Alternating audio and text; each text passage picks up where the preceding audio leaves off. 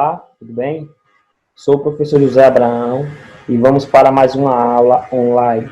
Hoje, a nossa 13ª aula de língua portuguesa da modalidade EJA, primeira fase, primeira etapa. O tema da aula de hoje, identidade e diversidade cultural. Iremos falar de biografia e história de vida. Falando um pouco de identidade e diversidade cultural. Povos indígenas no Brasil. Em pleno século XXI, a grande maioria dos brasileiros ignora a imensa diversidade de povos indígenas que vivem no país.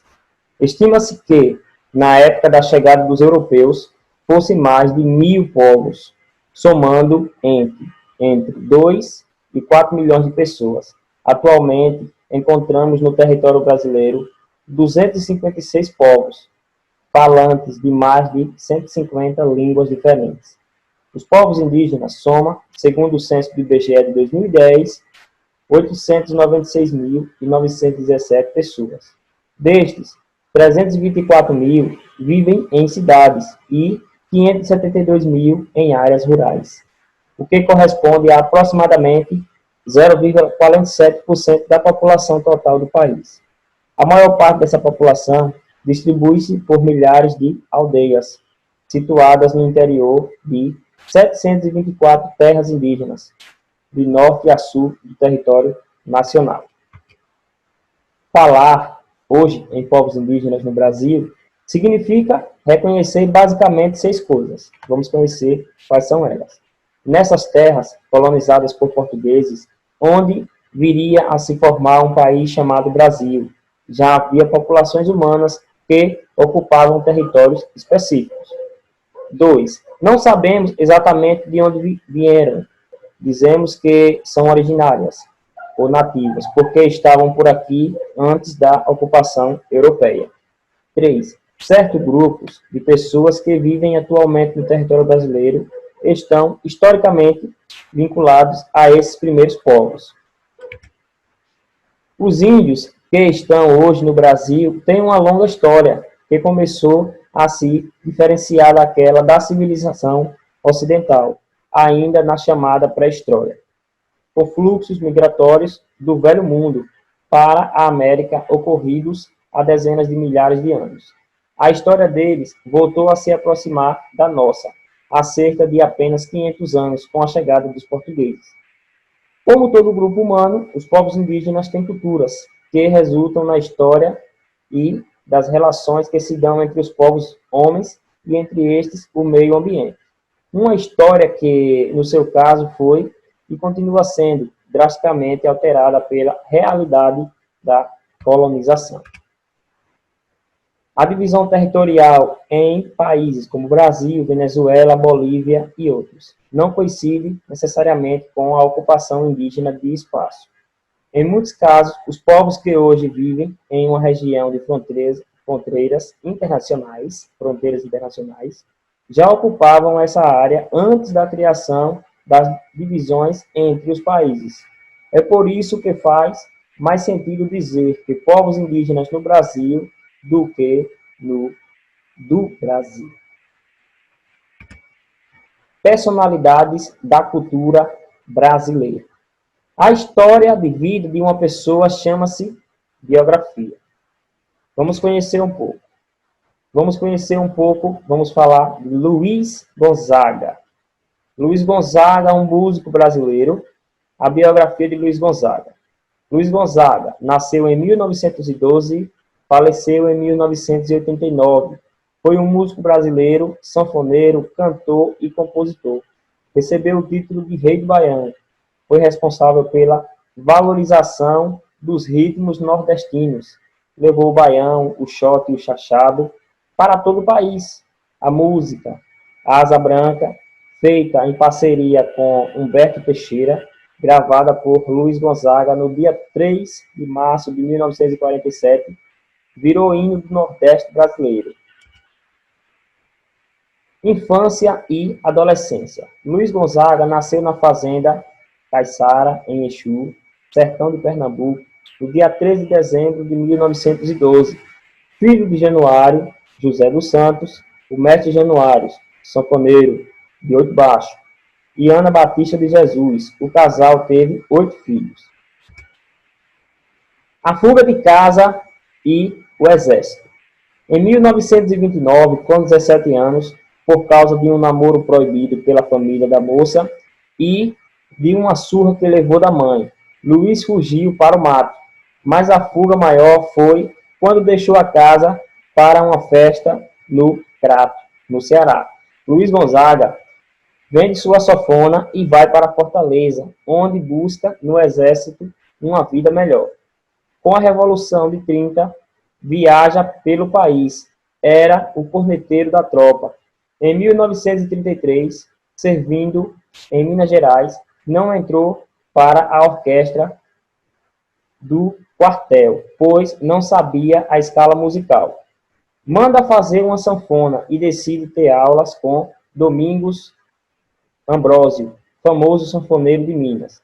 Transferido para Ouro Fino, sul de Minas, tocou pela primeira vez em um clube. Asa Branca. A música Asa Branca foi um dos primeiros grandes sucessos nacionais de Luiz Gonzaga. O disco original foi lançado pela RCA no dia 3 de março de 1947.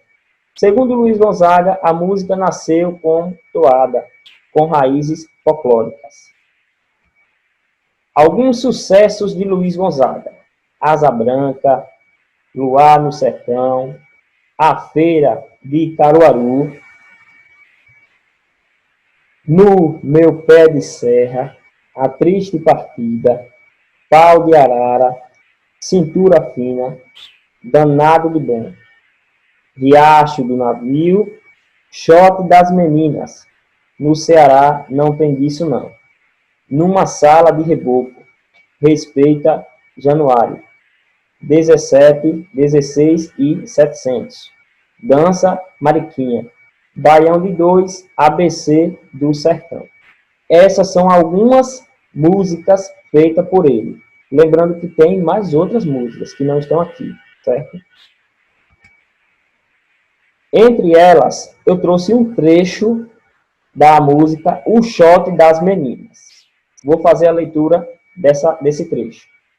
Essa música, como você já sabe, Luiz Gonzaga foi o escritor, né? E o inventor da música. Mandacaru, quando fulora na seca, é o sinal que a chuva chega no sertão. Toda menina que enjoa da boneca, é o sinal que o amor já chegou no coração.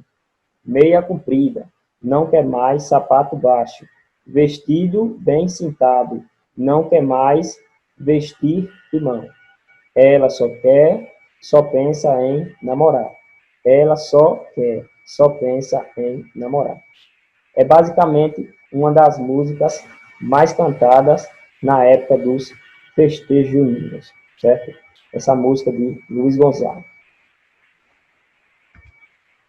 Falando um pouco de Cândido Portinari. Cândido Portinari foi um pintor brasileiro, certo? Vamos conhecer a biografia de Cândido Portinari. Lembrando que não é a biografia completa desses artistas, certo? É só uma breve argumentação para que vocês venham a compreender melhor sobre o que é biografia, certo? Cândido Portinari nasceu em 1903, faleceu em 1962. Foi um pintor brasileiro, um dos principais nomes do modernismo, cujas obras alcançaram renome internacional, como o painel Guerra e Paz, na sede da ONU, em Nova York, e a série Emigrantes, do acervo do Museu de Artes de São Paulo, MASP. Cândido Portinari nasceu em Brodowski, no interior de São Paulo, no dia 29 de dezembro de 1903. Filho dos imigrantes italianos Giovan Battista Portinari e Domenica di Bassano. Era o segundo filho entre 12 irmãos. Aos 6 anos, já começava a desenhar, não concluiu o curso primário. Temos aqui uma obra de Cândido Portinari, com o título O Café. Essa foi uma obra do ano de 1934. O realismo de Portinari começa a atender para o monumental.